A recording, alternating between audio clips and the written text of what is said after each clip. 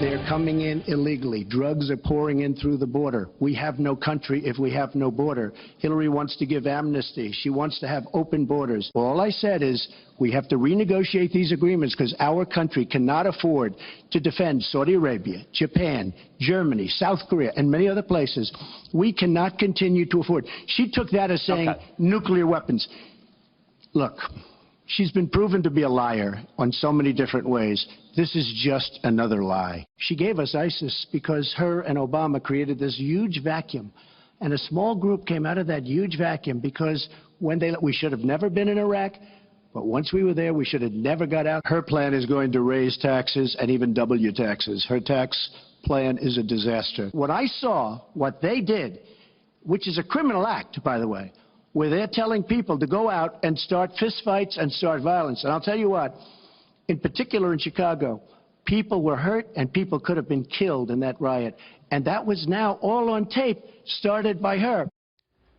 Well, that was Donald Trump at last night's presidential debate in Las Vegas. Joining us now with reaction to Trump's debate performance and more is the Wynn Resorts CEO, Steve Wynn. So, Steve, we're going to start with the elephant in the room, the reaction to last night's debate in your hometown, in your neck of the woods.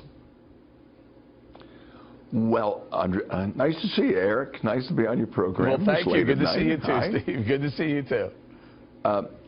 I watched the debate at my home in Las Vegas with my wife, and I think my reaction to the debate has been pretty much what my reaction to the campaign has been, and that is it was long on negative energy and short on substance, both parties. When Chris Wallace asked those very terrific questions, I thought Chris's handling of the debate was the best I had seen. And his questions were well considered, and especially the ones on the economy, where the problem really lies. Our deficit, and we take in $3.1 trillion, and we spend $3.7 trillion, and that's $600 billion deficit at the rate of $50 billion a month. Our government is printing money, and it's degrading the paychecks and the living standard of every single person in America, and it's the cause of so much frustration, anger, and confusion. Yeah. And I was disappointed that we didn't get into a real substantive conversation about that last night.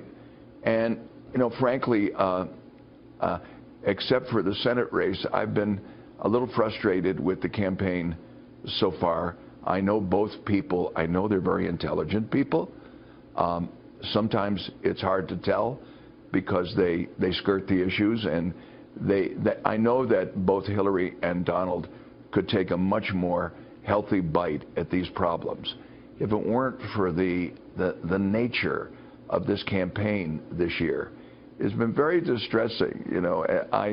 I never thought that I'd see anything quite like what we're having this year, and so when I watch the debate, I'm like most Americans. I'm scratching my head a lot of times at the negative energy of both sides, and wishing that it were otherwise. Very good. Wishing that it was otherwise. Steve, really. I understand that, and I hear that, but here's what we have. We have 19 days left. We have a very close race. By many, many standards, most of the swing states are within the margin of error. Most of them are. Did Donald Trump do enough to change the momentum to bring the ball back in his own court? Well, you're asking a question that I find hard to answer unless you have a little more distance between the debate and the reception that it's getting, with the public.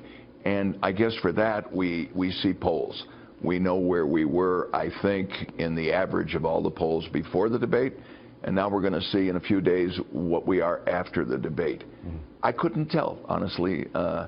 Eric, I've been focused on other things, and of course I watched the debate, and I've just told you what I think of it. All right, so let's talk about some of the things you've been focused on. You're looking at a lot of the Senate campaigns. You're looking at Joe Heck in Nevada for that for that vacated Harry Reid seat. Very important, because that's a blue seat that could go red if Heck does win.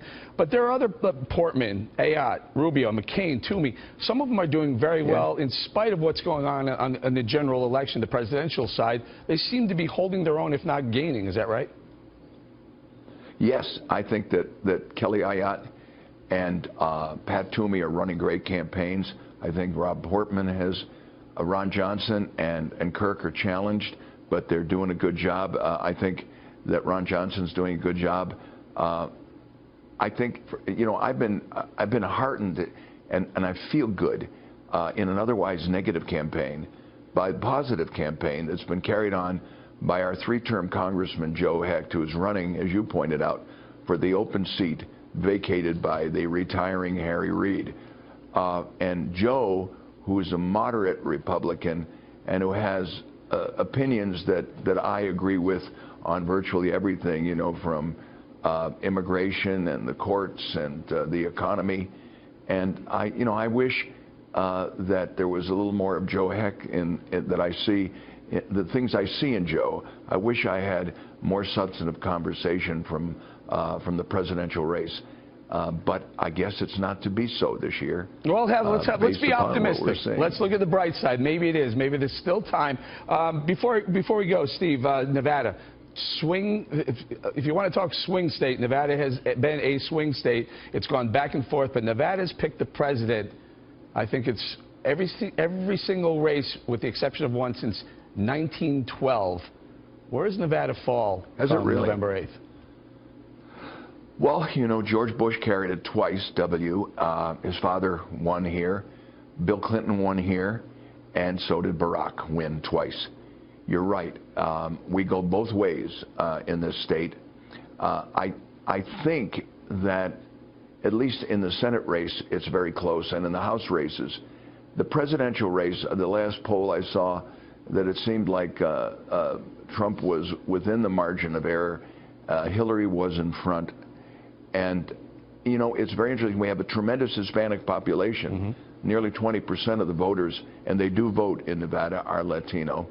And so that will play into it. The African-American vote is about 5% in Nevada. Mm-hmm. But, this is a state with a lot of union employees. My own, for example, and the other resort hotels are highly unionized. And so we have working people here. Yeah. But I can tell you, after speaking to my 12 or 13,000 employees, that there's tremendous confusion and dissatisfaction with the cost of health care. All of my employees increased health care costs in spite of the fact that the company picked up most of the increases, but yet they have the exact same policy that they had before. They paid more money, but they did not get more coverage. Mm-hmm. And I've discussed that with Harry and other people that would listen, because we've been healthcare providers for over 45 years. And, when your prices go up, yep, and the product isn't any better, yep, you sort of wonder whether you got a good deal or not. And healthcare providers are dumping out, but they're saying we're not. We're pulling out of states that they frankly would be doing business in. I think this is an opportunity Donald Trump should be scoring if he hits that Obamacare a little bit harder. Talk about it a little bit more. Steve, I got to let you go right now, but thank you very much for joining us.